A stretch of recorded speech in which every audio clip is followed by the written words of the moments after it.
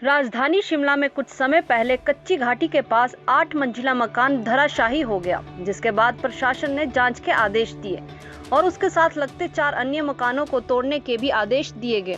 वहीं दूसरी ओर टूटी कंडी के आरसीसी का डंगा दिया गया है और डंगे के पीछे पुराने मकानों की मिट्टी डंपिंग की गई है और बरसात के चलते डंगा फूलना शुरू हो गया है। वहीं स्थानीय निवासी चंद्रमोहन शर्मा ने जानकारी देते हुए कहा कि डंगे के पीछे मिट्टी की डंपिंग की गई है और बरसात के बाद ये डंगा फूलना शुरू हो गया है।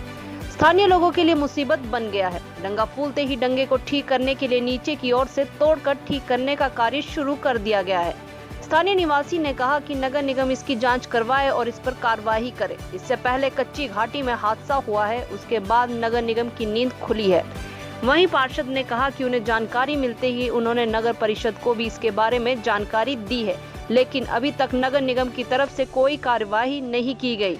उन्होंने कहा कि इसकी जांच होनी चाहिए और पुराने घरों को तोड़कर जो नए घर बनाए गए हैं उनके नक्शों की भी जांच होनी चाहिए। मेरा नाम चंद्र शर्मा है। मैं टूटी कंडी इलाके का रहने वाला हूँ, शिमला जिला का। यहाँ पर मेरे पीछे एक मकान बनाया गया है जिसके मलबा डंप किया गया है एक आरसीसी वॉल के पीछे, जो कि 24 से 25 फीट की आरसीसी दी गई। ये काफ़ी समय से फूली हुई है, 1 महीने से ज़्यादा समय हो गया है मुझे कंप्लेंट किए हुए। कमिश्नर ऑफिस में भी कंप्लेंट हुई है, एपी ब्रांच में भी कंप्लेंट कर चुका हूँ।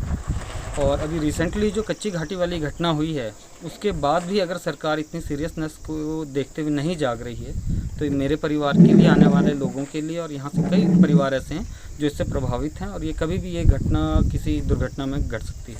अगला कदम अब मेरे पास कोई सरकार की तरफ से तो कोई मेरे पास आ नहीं रहा जवाब, तो मेरे पास अब ये है कि मैं जाके कोर्ट में जाके इसमें स्टे लेके आऊँ और कमिश्नर को भी पार्टी बनाऊँ, ताकि मुझे बताया जाए कि क्या इस तरह की कंस्ट्रक्शन कमिश्नर के और एपी के होते हुए पॉसिबल है। अगर पॉसिबल है तो फिर तो ये सारा का सारा एक गोरख धंधा चल रहा है। अगर पॉसिबल नहीं है तो बिल्डिंगें किस तरह से अप्रूव हो रही हैं या फिर किस तरह से सारे काम हो रहे हैं, इसकी भी एक लिखित में मैंने उनसे प्रार्थना की है। जो मेरा उनके पास गया है, जो मैंने उन्हें एप्लीकेशन दी उसमें लिखित में भी जवाब मांगा है, पर 1 महीने से ऊपर ना तो लिखित में जवाब आया है। लास्ट मेरे पास जो अल्टरनेट है वो कोर्ट का ही बचा है। और दूसरे का फायदा पहले सोचना चाहिए, दूसरे को नुकसान हो और अपना फायदा, उसका कोई मजा नहीं है जिंदगी में। इन्होंने डंगा दिया, हालांकि पता नहीं कौन इनका इंजीनियर है, कौन देख रहा है। ये डंगा ऐसे लग ही नहीं सकता इतनी बड़ी हाइट का। बरसात के दिनों में नीचे से पत्थर गिरना शुरू हो गए। इनको बोला गया कि इस डंगे को ऊपर से तोड़ना शुरू करो और नीचे तक जो है इसकी मिट्टी मुट्टी निकालो और डंगा तोड़ के दोबारा लगाओ। इन्होंने किसी की नहीं सुनी। जिनके नीचे दुकान है चंद्र भाई, उन्होंने कमिश्नर साहब को लेटर दिया, उसके बाद एपी को दिया, तो इनको नोटिस भी आया होगा, फिर भी ये नीचे से शुरू कर रहे हैं। और ये चलता रास्ता है, कोई ऐसा नहीं है कि यहाँ 100-200 बंदे रोज डेली अप डाउन करते हैं, तो ये कभी भी गिर सकता है। और ये डंगा अभी भी नीचे से तोड़ रहे हैं। इनको कहा जा रहा है कि ऊपर से तोड़े, ये मना कर रहे हैं। नगर निगम को कार्रवाई करनी चाहिए, मैं तो कहूँगा। और अभी तक उन्होंने क्यों नहीं की? वो एपी को मैंने परसों ही फोन किया था, उन्होंने उठाया नहीं, शायद वो कच्ची घाटी में बिजी होंगे, उस वजह से नहीं उठा पाए हो।